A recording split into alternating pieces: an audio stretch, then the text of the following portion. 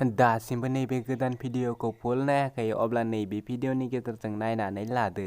Hello लोगोफोर, नोंथांमोननि गेजेराव आरो मोनसे गोदान भिडिअनि गोदान आपडेट लानानै फैलायबाय।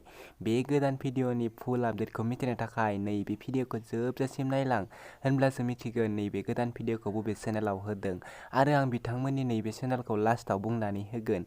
बेखायनो नैबे गोदान भिडिअखौ फुल नायलां। लोगोफोर, फैदो बिदिब्ला दिनैनि नैबे गोदान भिडिअनि गोदान आपडेटनि सायाव। दिनैनि नैबे गोदान भिडिअनि आपडेटनि टाइटेलानो जादों दामजाबायसो। बियो मोनसे गोदान बड' एक्सन भिडिअ। लोगोफोर, नोंथांमोना दासिमहालागै नायाखै अब्ला नैबे भिडिअनि गेजेरजों नायनानै लानो हागोन।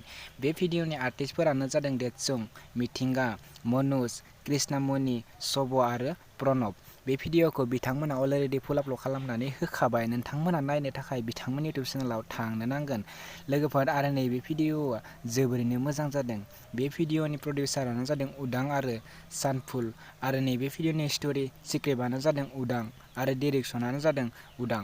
लोगोफोर, नोंथांमोना दासिमहालागै बिथांमोननि बे गोदान भिडिअखौ नायाखै अब्ला बिथांमोननि इउबि प्रडाक्सन इउटुब चेनेलाव थांनो नांगोन आरो आं बिथांमोननि इउटुब चेनेलनि भिडिअनि लिंकखौ डिसक्रिपसनावबो होनानै दोनदों। नोंथांमोना डिसक्रिपसनाव थांनानै बिथांमोननि नैबे गोदान भिडिअखौ नायहैदो आरो दासिमबो बिथांमोननि चेनेलखौ साबस्क्राइब खालामाखै अब्ला बिथांमोननि इउटुब चेनेलखौबो साबस्क्राइब खालामनानै होदो।